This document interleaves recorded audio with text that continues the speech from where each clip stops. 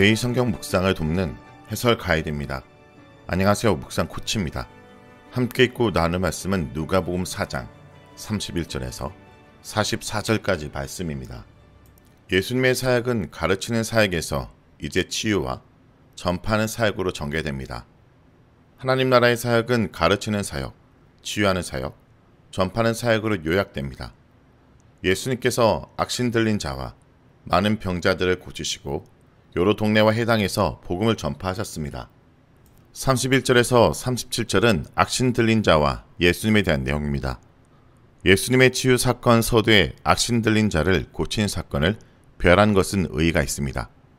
마태복음은 누가복음과 달리 나병 환자의 치유 사건을 먼저 배열하여 서술합니다.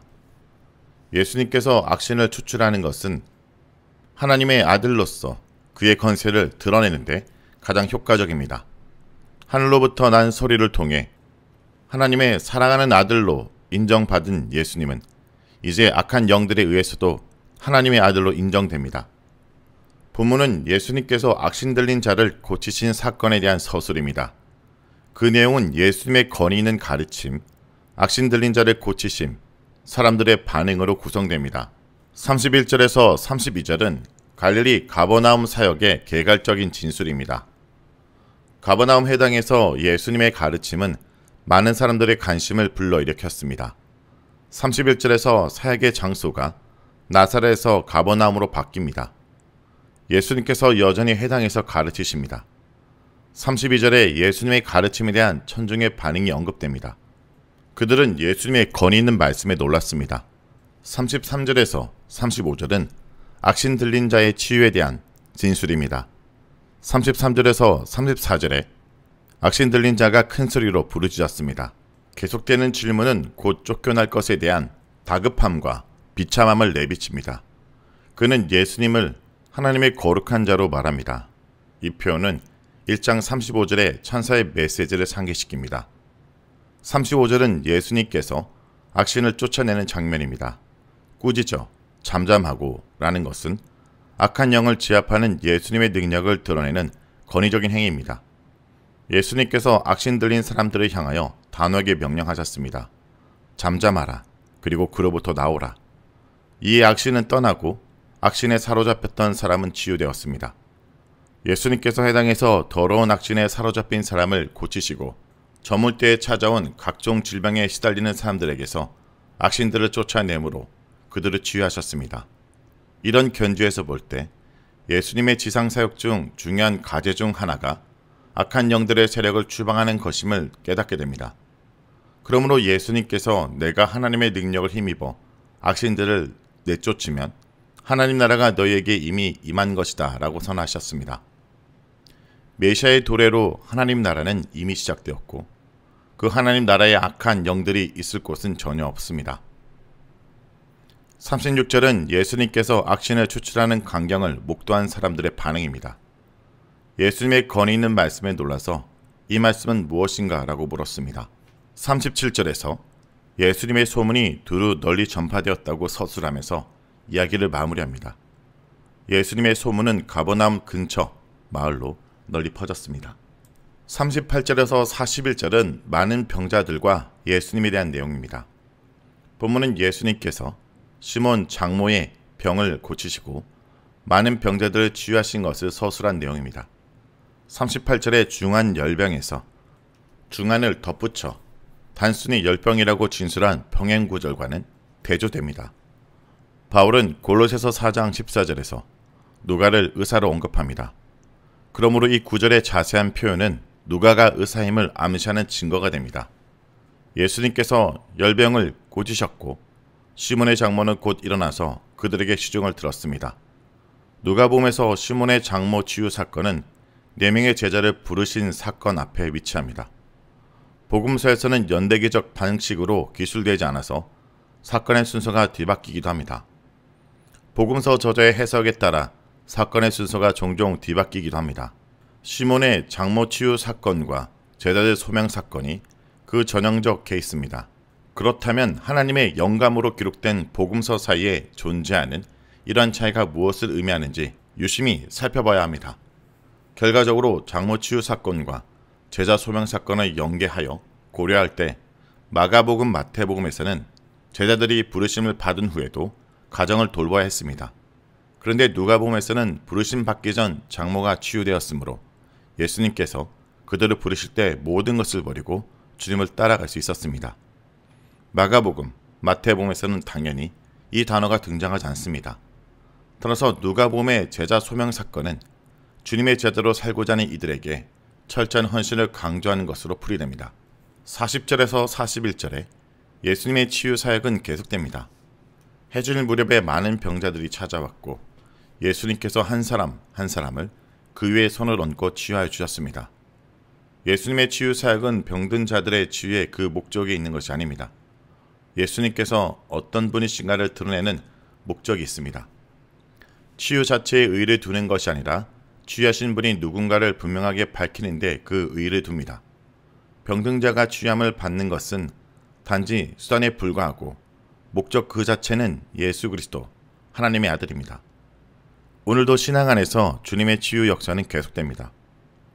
주님의 이름으로 병든 자가 치유함을 받을 수 있습니다. 그런데 신앙인에게 치유는 병이 나아서 건강을 회복했다는 차원에서 감사할 일만은 아닙니다. 그보다 더 중요하고 더 감사한 일이 있다면 치유를 통해 주님을 더 깊이 아는 것입니다. 41절에서 악신들은 떠나가면서 예수님께서 하나님의 아들이라고 소리 질렀습니다. 이 구절은 34절과 상응하여 3장 22절을 연상케 합니다. 본절에서는 비밀의 모티브가 나타납니다. 예수님께서 하나님의 아들이라 소리지는 악신들에게 더 이상 말하는 것을 허락하지 않으셨습니다. 아직 때가 이르지 아니했습니다. 하나님의 아들이 그리스도로 이 땅에 오신 것을 드러내실 때가 이르지 아니했습니다. 그러므로 때가 이를 때까지 그가 메시아 그리스도 오신 것을 비밀에 붙여야 합니다. 42절에서 44절은 복음을 전하시는 예수님에 대한 내용입니다. 본문은 예수님께서 복음을 전하는 모습을 그려줍니다. 예수님께서 전날의 인상적인 사역을 뒤로하고 한적한 곳으로 가셨습니다. 42절의 한적한 곳은 광야를 말합니다. 그곳에서 무리를 만나자 그들은 예수께 청하여 자기들과 함께 거할 것을 부탁했습니다. 이에 예수님께서는 다른 동네에서도 하나님 나라 복음을 전하여야 할 것을 말씀하셨습니다. 그리고 이 일을 위하여 자신이 보냄을 받았다고 말씀하셨습니다. 보냄을 받은 자로서의 정체성을 분명하게 드러내셨습니다. 사역자가 하나님 앞에서 정체성을 분명하게 가지는 것은 매우 중요합니다. 정체성이 분명하지 않으면 사람들의 요구에 흔들릴 것이기 때문입니다. 예수님께서 많은 무리의 요구에도 전혀 미동하지 않으셨던 것은 보냄을 받은 자로 정체성을 분명하게 자각하셨기 때문입니다. 정체성이 분명한 사역자는 하나님이 맡겨주신 사역의 길에서 좌로나 우로나 치우치지 않고 나아갈 수 있습니다. 하나님의 뜻대로 사역의 길을 온전하게 나아가며 그분의 사역에 헌신하게 됩니다. 44절은 예수님께서 갈릴리 여러 회당에서 전도하신 것을 언급합니다. 회당은 예수님의 사역의 터전으로 중요하게 언급됩니다. 예수님께서 여러 회당에서 전도하셨습니다. 하나님 나라 복음을 두루 전하셨습니다. 예수님의 가버나움의 사역은 그의 사역에 있어 가르치는 사역, 치유하는 사역, 전파하는 사역의 조화가 잘 이루어지고 있음을 보여줍니다. 그의 사역에서 하나님 나라의 근본적인 사역인 말씀, 치유, 전도 사역이 온전하게 조화를 이루며 진행되고 있음을 볼 수 있습니다.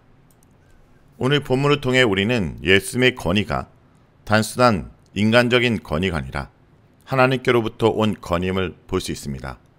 예수님의 가르침, 귀신을 쫓아내시는 능력, 병든 자를 치유하시는 능력, 그리고 사명을 이루어가시는 모습 속에서 우리는 참된 건의를 발견합니다. 우리의 삶 속에서 예수님의 건의에 순종할 때 우리는 참된 자유와 회복을 경험하게 될 것입니다.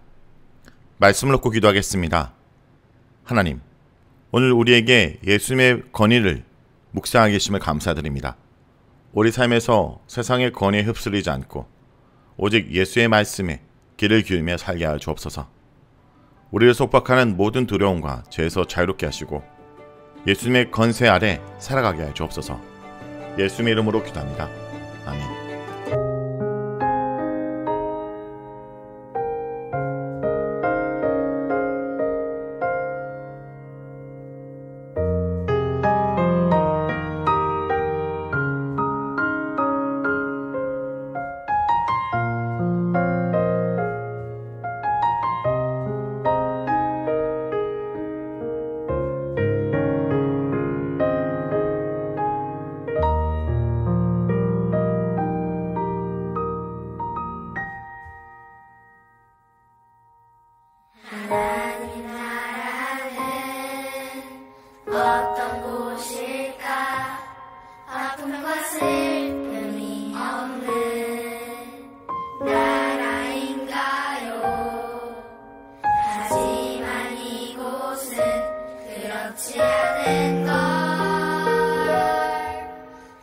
하나님 나라에 살고 싶어요.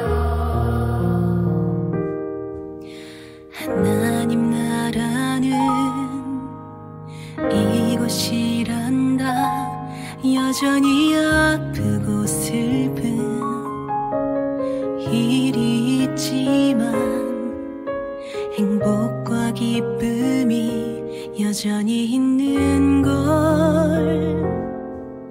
우리가 하늘과 땅의 통로야. 이 땅에서 하늘 뜻을 품고 사는 자들, 믿음으로 하늘 뜻을 보여주는 자들, 보내어진 자리에서 동참하는 자들, 믿음으로 주님 보길 소망하는 자들, 하나님이 세상을 지으사 회복하고 통치하시네. 주님이 이곳에 나타나오시는 날, 세상과 우리는 완전하게 변할 거야. 하늘 뜻을 품고 사는 자들, 믿음으로 하늘 뜻을 보여주는 자들, 보내어진 자리에서 동참하는 자들, 믿음으로 주님 보길 소망하는 자들, 아름다운 세상을 만들어 너희에게 전해줄 거야. 그것이 우리가 해야 할 사명인걸. 그가 다스리는 그 옛 나라에서 하나님이 세상을 지으사 회복하고 통치하시네. 주님이 이곳에 나타나오시는 날, 세상과 우리는 완전하게 변할 거야.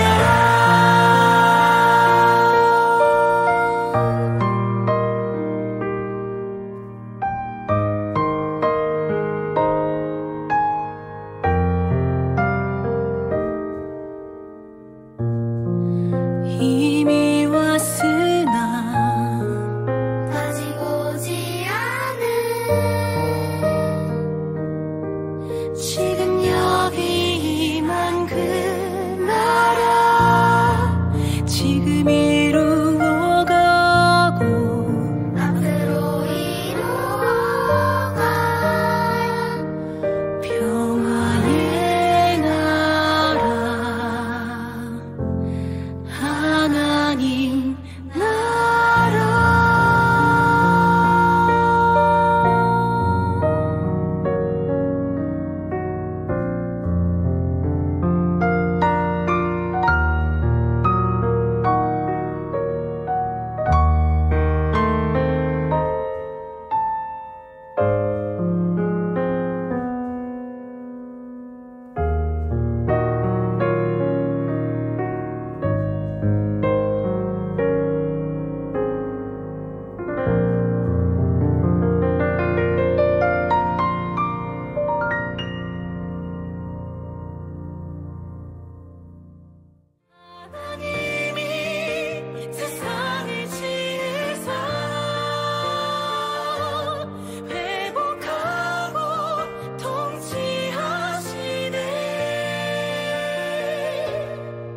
주님